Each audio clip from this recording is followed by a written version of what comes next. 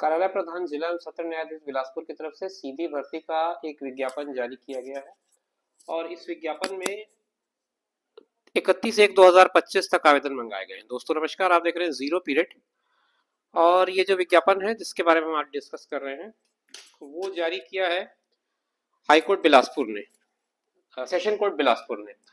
और इसमें वाहन चालक और भृत्य के पद हैं, इन पर हम विस्तार से बात करेंगे। आप चैनल पर बने रहिए। विज्ञापन में जो बातें लिखी गई हैं उसमें सबसे पहले लिखते हैं, कार्यालय प्रधान जिला एवं सत्र न्यायाधीश बिलासपुर छत्तीसगढ़ के स्थापना के अंतर्गत रिक्त वाहन चालक एवं वृत्त के रिक्त पदों की सीधी भर्ती के लिए अर्हता प्राप्त भारतीय नागरिकों से निर्धारित प्रारूप में आवेदन पत्र आमंत्रित किए जाते हैं। तो इसका एक फॉर्मेट है, उस फॉर्मेट में आपसे एप्लीकेशन मंगाया गया है और उस फॉर्मेट का जो प्रारूप जिस प्रारूप की मैं बात कर रहा हूँ वो आपको डिस्क्रिप्शन बॉक्स में लिंक में मिल जाएगा। वहां से आप इसे डाउनलोड कर सकते हैं और डाउनलोड करके सीधे उसे उपयोग में ला सकते हैं। कुछ मोटी मोटी बातें जिन पर हम बात कर रहे हैं, 10 तारीख की डेट पर यह विज्ञापन प्रकाशित किया गया है। 31/1/2025 शाम 5 बजे तक आपको आवेदन प्रस्तुत करना है और उसके लिए आवेदन पत्र भेजने का जो तरीका है वो केवल निर्धारित ड्रॉप बॉक्स को ही बनाया गया है। मतलब एक ड्रॉप बॉक्स वहां पर रखा गया है, उसी पर जाकर के आपको अपना एप्लीकेशन सबमिट करना है। इसके अलावा अन्य किसी माध्यम का उपयोग आपको नहीं करना है। पदों की बात करें तो 10 पद आए हैं वृत्त के और वाहन चालक का 1 पद है। तो कुल मिलाकर के 11 पदों की रिक्तियां हैं और इनमें आपको रिजर्वेशन दिख रहा होगा, 1 पद मुक्त दिख रहा है वृत्त वाला। और उसके अलावा जो वाहन चालक का पद है उसमें 1 पद मुक्त है, अनारक्षित दिख रहा होगा आपको।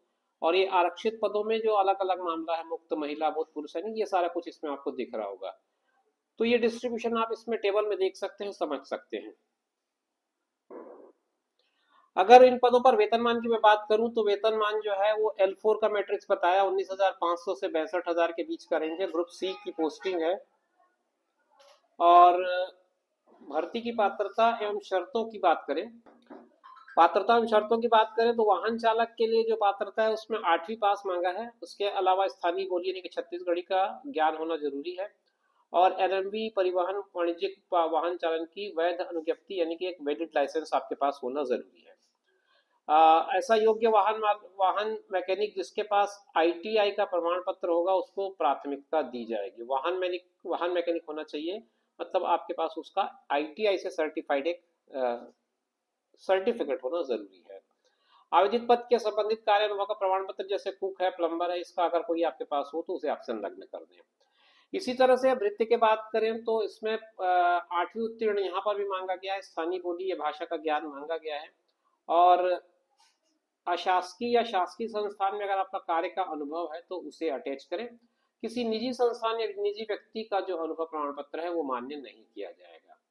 ये सारे कुछ करके सारा कुछ आपको सबमिट करना है। आयु सीमा की भी बात कर लें, 18 से 30 वर्ष बताई गई है। जो छत्तीसगढ़ के निवासी हैं, मूल निवासी, उनके लिए 40 वर्ष तक की पात्रता होगी।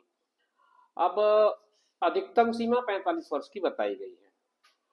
तो छत्तीसगढ़ से बाहर के आवेदक होंगे उनके लिए अधिकतम आयु सीमा 30 वर्ष रखी गई है और इसके लिए आपको 5वीं या 8वीं का जो प्रमाण पत्र होगा वो आपको संलग्न करना पड़ेगा।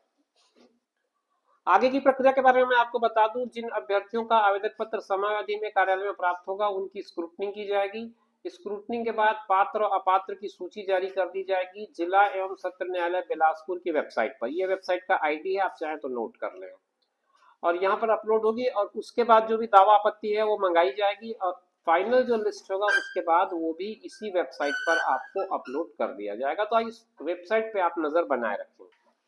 जब आपकी लिस्ट फाइनल हो जाएगी तो फिर नाम और पता के साथ परीक्षा की तिथि, समय, स्थान की जानकारी, ये सब कुछ इसी वेबसाइट पर मिलेगा और अलग से आपके पास कोई सूचना किसी भी तरह से नहीं भेजी जाएगी। आपको इस वेबसाइट के आधार पर ही आगे का काम करना है। तो मैं बार बार आपको यही सलाह दे रहा हूँ कि इस वेबसाइट के साथ आप बने रहिए तो आपको सारी जानकारी मिलती रहेगी।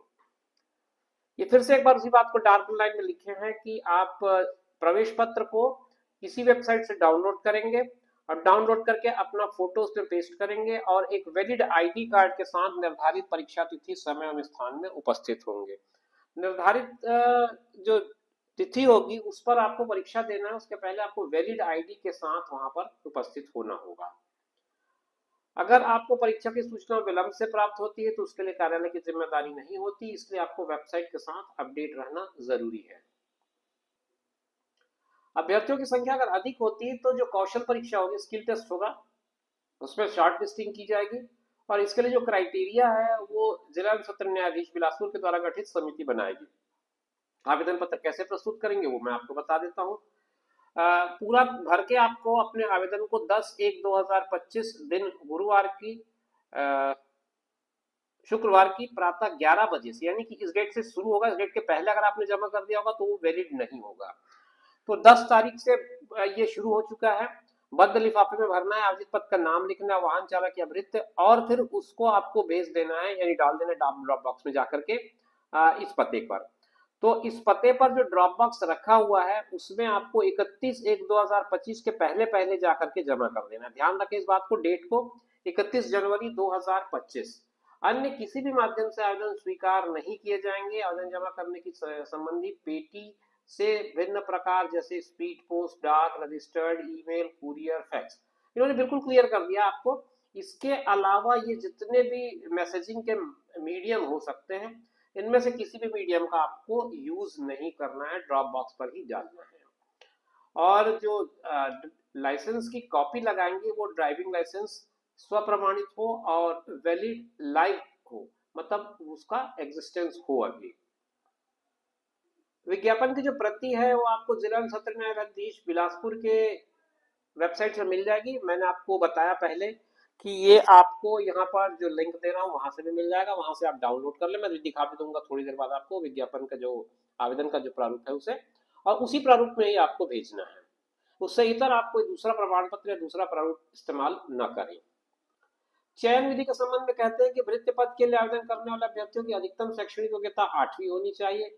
अधिक शैक्षणिक योग्यता वाले व्यक्ति इसके लिए अपात्र माने जाएंगे। तो ध्यान रखें इस बात का, अगर आपका हायर क्वालिफिकेशन है 8वीं के बाद का तो फिर वो आप एलिजिबल नहीं है। तत्संबंध में अभ्यर्थियों को उनकी शैक्षणिक योग्यता के संबंध में आवेदन पत्र के साथ एक शपथ पत्र प्रस्तुत करना होगा। तो अगर आप 8वीं से ज्यादा पढ़े हैं तो आप अप्लाई न करें, इस बात का ध्यान रखें, क्योंकि आपको इसके लिए एक एफिडेविट देना जरूरी होगा।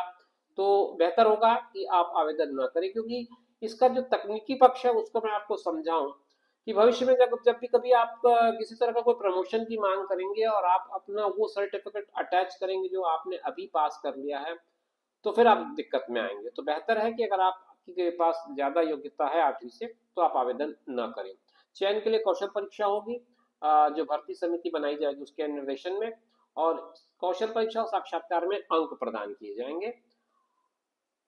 ये 50 अंकों की कौशल परीक्षा होगी जिसमें शारीरिक क्षमता, बौद्धिक क्षमता और आज्ञाकारिता के साथ कार्य कुशलता को चेक किया जाएगा। 1:3 के अनुपात में लिस्ट बनेगा। 1 साल के लिए एक प्रतीक्षा सूची, जिसको वेटिंग लिस्ट कहा जाता है, वो बनाया जाएगा। वो भी आपको प्रतीक्षा सूची में उल्लेखित अभ्यर्थियों को उक्त पद के लिए नियुक्ति आदेश जारी किया जा सकेगा अगर आपसे पहले वाले इसमें ज्वाइन नहीं कर रहे हैं। ये कुछ डार्क में लिखा हुआ है कि कौशल परीक्षा के अंक समान होंगे तो क्या क्राइटेरिया होगा। रिक्त पद में 20 गुना से ज्यादा आवेदन प्राप्त होते हैं तो सबको बुलाया जाएगा, परंतु 20 गुना से अधिक संख्या में आवेदन प्राप्त होने पर प्राप्त अंकों के आधार पर प्रावीण्यता सूची भी बनाई जा सकेगी। तो 20 गुना अभ्यर्थियों को कौशल परीक्षा या साक्षात्कार के लिए बुलाया जाएगा। अंतिम प्राप्तांक के सभी अभ्यर्थियों को मौका मिलेगा, वो चाहे 20 गुना से अधिक हो।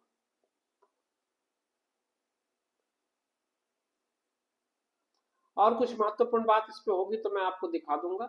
अभी मैं स्क्रॉल करके देख लेता हूँ। ये चयन विधि आपको बताई गई है, ये मैंने जो बात की वही बात इसमें फिर से लिखी गई है। एक मेरिट सूची बनेगी, 1 साल के लिए वेटिंग लिस्ट वैलिड रहेगा, ये सब चीजें इस पे वापस लिखी गई हैं।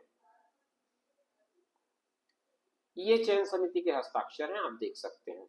और ये वो आवेदन पत्र का प्रारूप है जिसका मैं जिक्र कर रहा था। यहाँ पर आपको अपने पासपोर्ट साइज फोटो लगा देना है, बाकी डिटेल्स यहाँ पे भरनी है, और डिटेल्स भर लेने के बाद इसको जो डॉक्यूमेंट्स हैं उसको अटैच कर देना। ये पूरा प्रारूप आपको नीचे डिस्क्रिप्शन बॉक्स में मिल जाएगा लिंक के थ्रू, आप वहां से इसे डाउनलोड कर लेंगे।